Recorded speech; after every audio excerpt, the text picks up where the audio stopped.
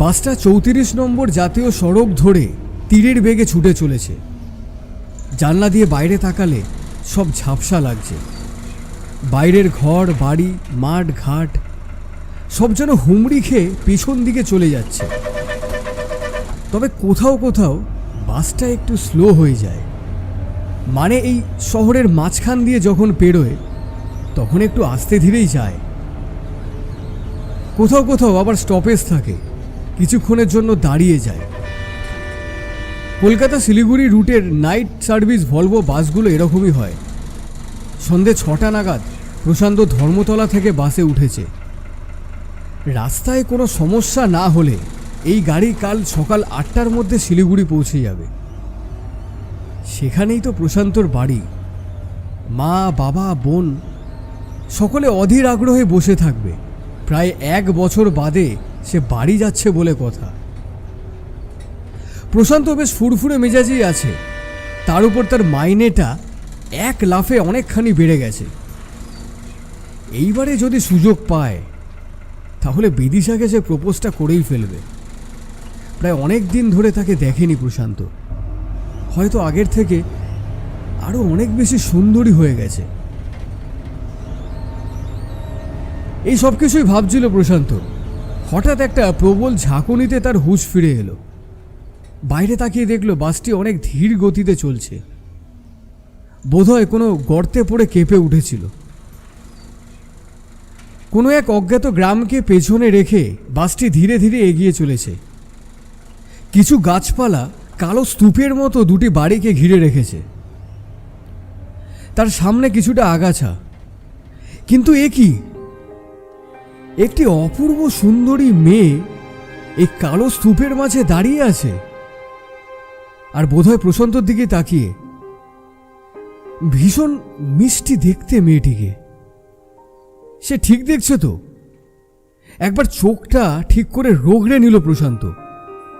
কিন্তু কই গেল মেয়েটা? ততক্ষণে বাসটা অবশ্য তার নিজের গতি ধরে নিয়েছে। সে কালো স্তূপের মাঝে বাড়িটাকে অনেকখানি পেছনে ফেলে এসেছে। প্রশান্ত ভাবতে থাকলো, সে কি ঠিক দেখেছিল? না, চোখের ভুল। এত রাতে এই অন্ধকারে অমন একটা সুন্দরী মেয়ে ওখানে কি করবে? পাগল নাকি? বাসটা আর কিছুক্ষণ চলার পর একটা জায়গায় আবার একটু স্লো হলো। প্রশান্ত বাইরের দিকেই তাকিয়েছিল। সে লক্ষ্য করলো বন্ধ হয়ে থাকা একটা চায়ের দোকান, আর ঠিক তার পাশেই একটি ল্যাম্পপোস্টের নিচে দাঁড়িয়ে আছে সেই মেয়েটা। সে একই রকমভাবে তার দিকে চেয়ে আছে। বেশ সুন্দর দেখতে, কিন্তু এত রাতে কি করে সম্ভব? দ্বিতীয়বার তাকে দেখার সুযোগ পেল না প্রশান্ত, কারণ বাসটা ততক্ষণে আবার নিজের গতি ফিরে পেয়েছে। কি মুশকিল! একই মানুষ বারবার বিভিন্ন জায়গায়, ধুস, তাও আবার হয় নাকি? প্রশান্ত ভাবলো কদিন যাবৎ খুব গরম পড়েছে, বোধহয় তার জন্যই ভুলভাল কিছু দেখেছে। ধুর, গাড়িটা সাংঘাতিক জোরে ছুটছে, আর কিছুক্ষণের মধ্যে হয়তো ফারাক্কা ঢুকে যাবে।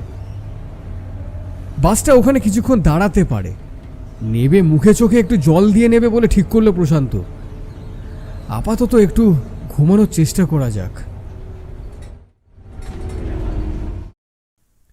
কিছুক্ষণ বাদে প্রশান্তর ঘুমটা ভেঙে গেল। বাসটা খুব আস্তে যাচ্ছে। ফারাক্কা চলে এলো নাকি? চোখ মেলে বাইরে তাকালো প্রশান্ত। একটা বিশাল খোলা মাঠ, অনেক দূরে ইন্ডাস্ট্রির আলো ছড়িয়ে যাচ্ছে রাতের কালো মিশমিশে আকাশে। এগুলো দেখতে বেশ ভালো লাগে প্রশান্তর। ছোটবেলা মায়ের সাথে যখন মামা বাড়ি যেত তখন এরকম দৃশ্য দেখতে তার ভারী ভালো লাগতো। দূর থেকে দৃষ্টি নামিয়ে পথের পাশে তাকাতেই প্রশান্ত চমকে গেল। সেই মেয়েটা হাসি মুখে তার দিকে তাকিয়ে দাঁড়িয়ে আছে, পরনে শাড়ি। মেয়েটার চাহনি এতটাই আবেদনকারী যে যে কোনো পুরুষ কুকুপাত হয়ে যাবে। প্রশান্ত জীবনে সেভাবে কোনো নারী সংস্পর্শে আসেনি।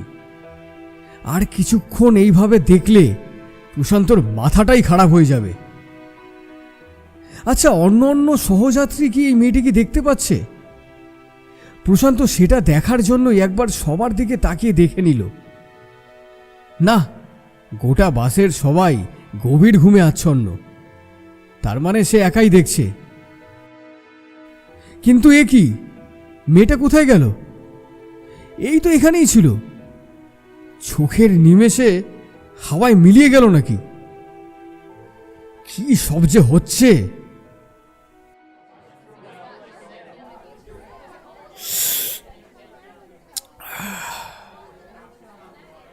গাড়ি ফারাক্কা ঢুকে গেছে প্রায় 10 মিনিট হয়ে গেল। প্রশান্ত চোখে মুখে জল দিয়ে একেবারে সবকিছু সেরেই বাসে উঠে পড়েছে। পথে আরও 2 বার মেয়েটাকে দেখতে পেয়েছে। ঠিক করেছে এবারে সে ঘুমিয়ে পড়বে। একেবারে সকালবেলা যেখানে বাস থামবে সেখানেই সে চোখ খুলবে। কিন্তু রাতটা ঠিক করে কাটলে তো হয়। বাসটি দ্রুত গতিতে শিলিগুড়ির দিকে এগিয়ে চলেছে। কতক্ষণ ঘুমিয়েছিল প্রশান্ত ঠিক ঠাউর করতে পারছে না। হঠাৎ তার ঘুমটা ভেঙে গেল। সে দেখল বাসটা জলা জঙ্গলের ধারে দাঁড়িয়ে আছে। কালো মিসমিস করছে চারিদিক। দূরে বাসের সামনে কিছু লোক দাঁড়িয়ে আছে, কিছু বলাবলি করছে। সে বাস থেকে নেমে দেখল বেশ কিছু লোক বাসের সামনে দাঁড়িয়ে আছে। সে খবর নিয়ে জানতে পারল বাসে কিছু গন্ডগোল হওয়াতে বাস ছাড়তে দেরি হবে। ঠিক হবে তারপরে বাস ছাড়বে। বোধহয় কোনো যান্ত্রিক গন্ডগোল হয়েছে। তাহলে এতক্ষণ কি করবে? বাসের মধ্যে তো এতটা সময় একা বসে থাকা যায় না। এদিক ওদিক তাকাতে তাকাতে হঠাৎ দূরে একটি গাছের পেছনে সে সেই মেয়েটাকে দেখতে পেল। একটা গাছের আড়ালে তার দিকে তাকিয়ে হাসি মুখে দাঁড়িয়ে আছে। এই প্রথম প্রশান্ত এতটা সামনে থেকে তাকে দেখল। যাই হোক না কেন, একটা পুরুষকে ভালো মতো ঘায়েল করার ক্ষমতা আছে এই মেয়েটার। তার চাহনিতে যেন আগুন ঝরছে। প্রশান্ত মুগ্ধ দৃষ্টিতে তার দিকে চেয়েছিল। প্রশান্তর মনে হলো সে দিগ্বেদিক জ্ঞানশূন্য হয়ে যেখানে খুশি চলে যেতে পারে যদি এই মেয়েটা তাকে নিয়ে যায়। আর যত রাজ্যের সর্বনাশ এখান থেকেই তো শুরু হয়। ঠিক তাই হলো। মেয়েটা কোনো রকম দেরি না করে বাঁ পাশের যে মেঠো পথটা জঙ্গলের মধ্যে চলে গেছে সে রাস্তা দিয়ে নেমে হাঁটতে শুরু করে দিল। আর প্রশান্ত সেই মেয়েটিকে লক্ষ্য করে তার পেছন পেছন হাঁটতে শুরু করলো। এ চলার যদি কোনো শেষ না হয় তাহলে প্রশান্ত বেশ খুশি হবে। যতদূর সম্ভব এই মেয়েটা তাকে নিয়ে যাক, সে যেতে রাজি আছে। কেউ তাকে আটকাতে পারবে না। অদ্ভুত এক মাদকতার ঘোরে প্রশান্ত সেই মেয়েটির পেছন পেছন হাঁটতে থাকলো। প্রশান্ত একবার ভাবল মেয়েটিকে ডেকে জিজ্ঞেস করা যাক সে এত রাতে কোথায় যাচ্ছে, কেনই বে একা সে বেরিয়েছে। যেমন ভাবা তেমন কাজ। সে সঙ্গে সঙ্গে ডাক দিল মেয়েটাকে, এই যে, শুনতে পারছেন? আরে দাঁড়ান দাঁড়ান। কোনো সাড়াই পেল না প্রশান্ত। একই রকম ভাবে হেঁটে চলল মেয়েটা। অঘোর অন্ধের মতো মেয়েটির পেছনে চলতে চলতে প্রশান্তর হঠাৎ মনে হলো ওই বাসটাকে ফেলে সে অনেক দূর এগিয়ে চলে এসছে। কিন্তু এই মেয়েটাই বা একা কত দূর যাচ্ছে? কি সাহস মেয়েটার! তাকে ফেলে যাওয়াটা কি ঠিক হবে এইভাবে? প্রশান্ত কিছুতেই ওই মেয়েটার নেশা ত্যাগ করতে পারছে না। তার মন চাইছে সে বাসের দিকে চলে যায়, কিন্তু সে মেয়েটিকে ছেড়ে যেতেও চাইছে না। অথচ কতক্ষণ সময় পেরিয়ে গেছে তার সেই হুঁশটুকু নেই। পথ অত্যন্ত দুর্গম, মেঠো পথ এবং চারিদিকে জঙ্গলে ভরা। প্রশান্তর ভয়ে ডর কোনো অনুভূতি তখন কাজ করছে না। সে শুধু কোনো মতে যেন মেয়েটিকেই পেতে চায়। রাস্তাটা সামনে গিয়ে ডান দিকে অনেকখানি বাঁক নিয়েছে। মেয়েটি রাস্তাকে অনুসরণ করে সেই দিকে বাঁক নিয়ে হঠাৎ কোথায় যেন অদৃশ্য হয়ে গেল। প্রশান্ত দেখল মেয়েটা তার সামনে দিয়েই ডান দিকে গেছিল, কিন্তু এখন এই মুহূর্তে সেখানে কেউ নেই। সে একা, সে একমাত্র একা ওই জঙ্গলের মাঝে দাঁড়িয়ে আছে। সে ভারী অবাক হয়ে গেল। তার সাথে চারিদিকে সে একবার দেখে নিল, কিন্তু না, মেয়েটা কোথাও নেই। এই নির্জন জঙ্গলের রাস্তায় সে একমাত্র একা দাঁড়িয়ে আছে, আর তার সঙ্গে একরাশ ঝিঝি পোকার ডাক। এতক্ষণে তার হুঁশ এলো। সে অনুভব করল বাসটি খারাপ হয়ে গেছিল, এবং যেখানে খারাপ হয়েছিল সেখান থেকে প্রায় সে অনেকখানি পথ হেঁটে চলে এসেছে। এবার তাকে একাই ফিরতে হবে। কিন্তু সমস্যা হচ্ছে, পথের আগা পাঁচতলা তার আর কিছুই মনে নেই। কিভাবে এসেছিল, কোথা দিয়ে এসেছিল, এবং কিভাবে তাকে ফিরতে হবে এই বিষয়ে তার আর কোনো ধারণাই নেই। কি করা যায় এখন? পথ অত্যন্ত দুর্গম এবং গভীর জঙ্গলে ভরা এই পথে হিংস্র জন্তু জানোয়ার থাকাটা অবাক করার বিষয় নয়। প্রশান্ত এতক্ষণে বুঝতে পারল সে কত বড় ভুল করেছে। দেরি না করে যেদিক থেকে সে এসেছিল সেই দিক ফিরে প্রাণপণে হাঁটতে শুরু করল। কোনো মতে বাসের সামনে চলে যেতে পারলে হয়তো এই যাত্রায় সে বেঁচে যাবে। কিন্তু মেয়েটা কোথায় গেল? এই দুর্গম জায়গায় সে অনেক রকম বিপদে পড়তে পারে,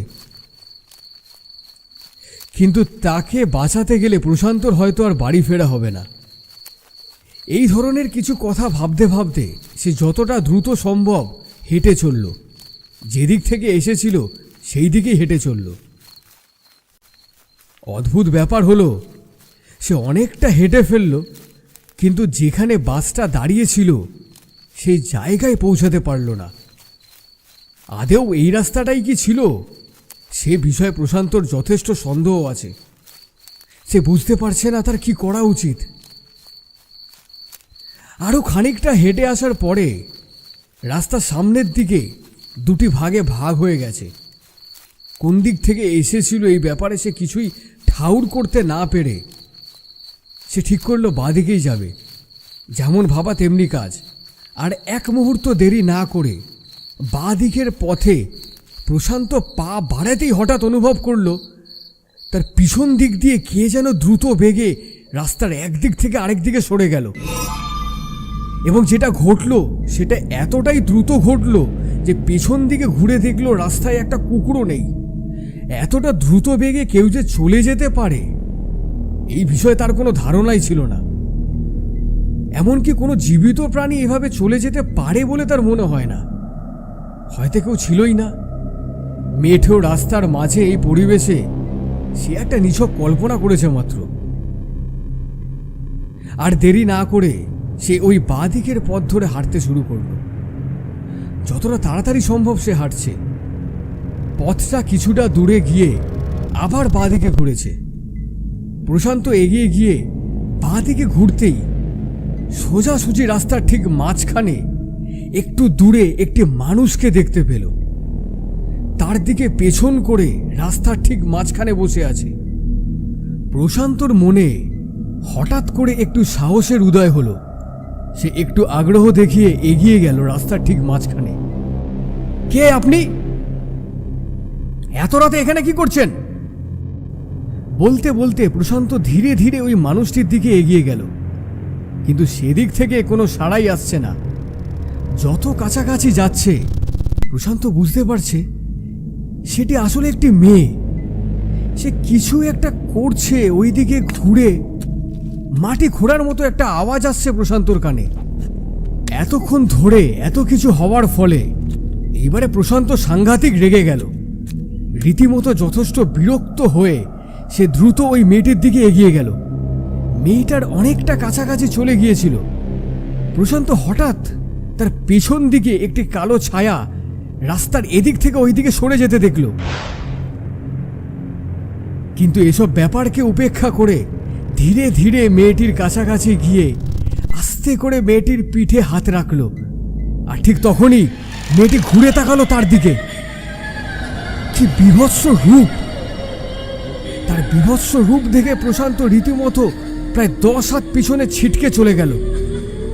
এরকম ভয়ঙ্কর রূপ সে কখনো দেখেনি। মেয়েটিকে চিনতে প্রশান্তর একবারও ভুল হয়নি।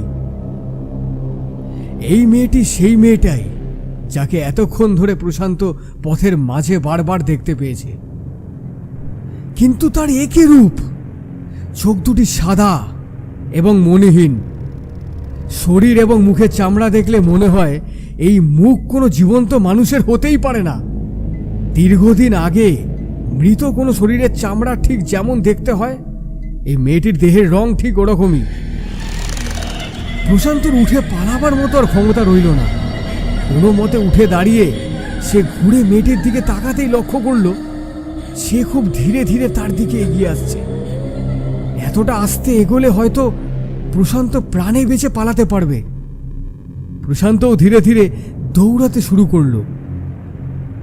যতটা সম্ভব পারল প্রশান্ত নিজের শরীরটাকে টেনে হিচড়ে এগিয়ে নিয়ে চলল। কিছুটা দূরে যাওয়ার পর প্রশান্ত পেছন দিকে ঘুরে একবার তাকালো। দেখলো সেই মেয়েটি ধীরে ধীরে তার দিকে এগিয়ে আসছে এবং দেখতে দেখতে মেয়েটি হঠাৎ কোনো একটি জাদু বলে নিমেষের মধ্যে একদম ছিটকে তার মুখের সামনে চলে এলো এবং এত সামনে থেকে তার সেই বিভৎস মুখ দেখে প্রশান্তর গলা থেকে একটি আর্তনাদ বেরালো।